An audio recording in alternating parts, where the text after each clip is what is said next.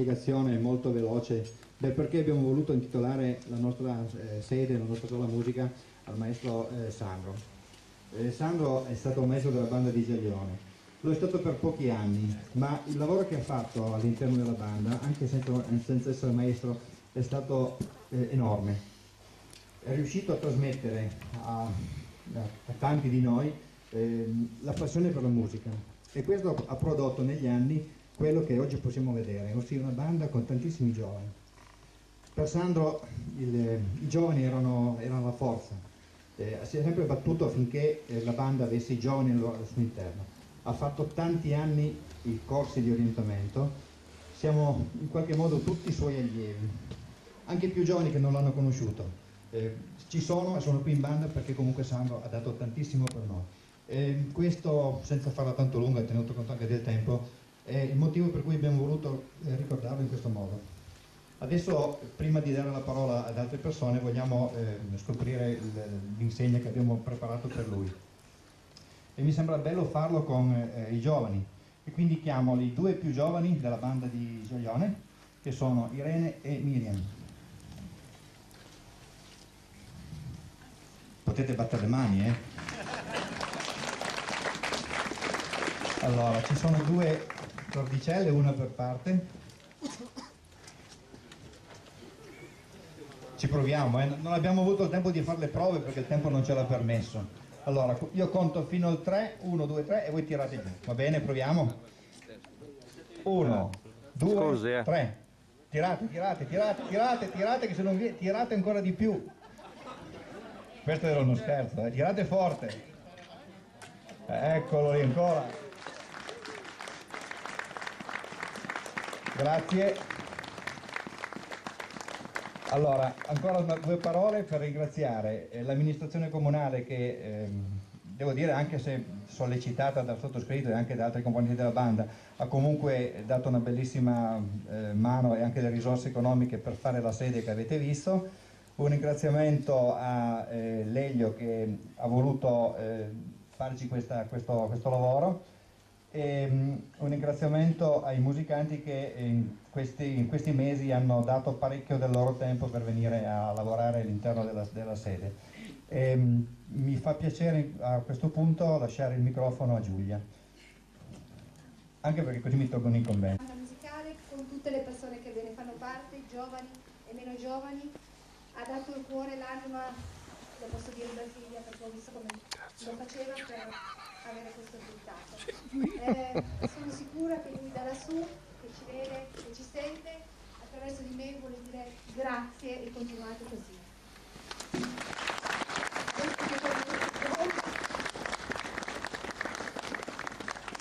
Allora a questo punto io e te che siamo commossi, che facciamo chiamare il sindaco e noi ce ne andiamo.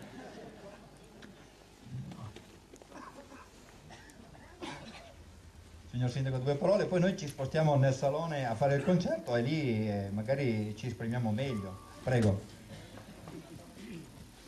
Intanto qualche tempo fa il nostro presidente Fausto ci propose di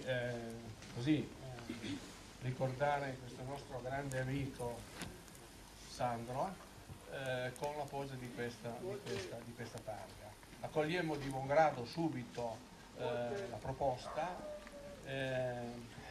luce anche di tante considerazioni che qui per ragioni di tempo non posso fare. Io ho avuto l'avventura di conoscere Sandro molto tempo prima di molti di voi, era quasi un mio coetaneo. Ho avuto l'opportunità di apprezzarne le grandi qualità, le grandi doti umanitarie l'umanità che aveva in un fratto di circostanze. Gli anni 70, anni particolari in cui c'erano contrasti quasi come quelli attuali a livello, diciamo così, ideologico e così via, noi ci siamo sempre confrontati ed è di lì che ho cominciato ad apprezzare le qualità di questa straordinaria persona. Diciamo, ci siamo sempre confrontati civilmente, col dialogo, col confronto, diciamo così, costruttivo, ma comunque mai senza trascendere mai e sempre mai andare oltre certi livelli. La nostra amicizia si è protratta per tantissimo tempo, ho avuto modo di apprezzarne le qualità anche in altre circostanze, per esempio a livello sportivo, cose che hanno provato un po' tutti i nostri concittadini. Quindi fu per voi di sicuro un grande maestro, un maestro di musica, un maestro in quel senso, ma fu per tutti noi un grande maestro di vita e quindi io credo che questo sia un riconoscimento più che doveroso. Grazie.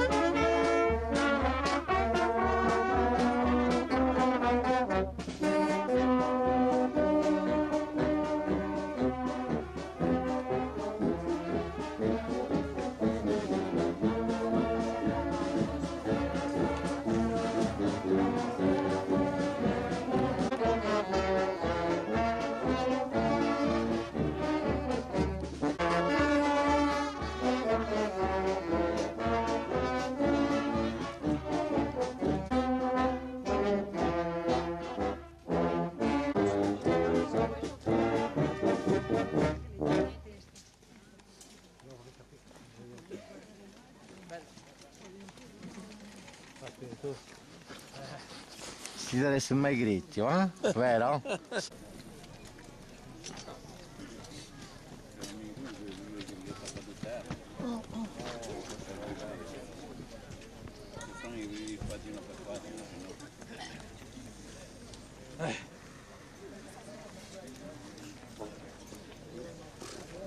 Ho fatto come in caldo.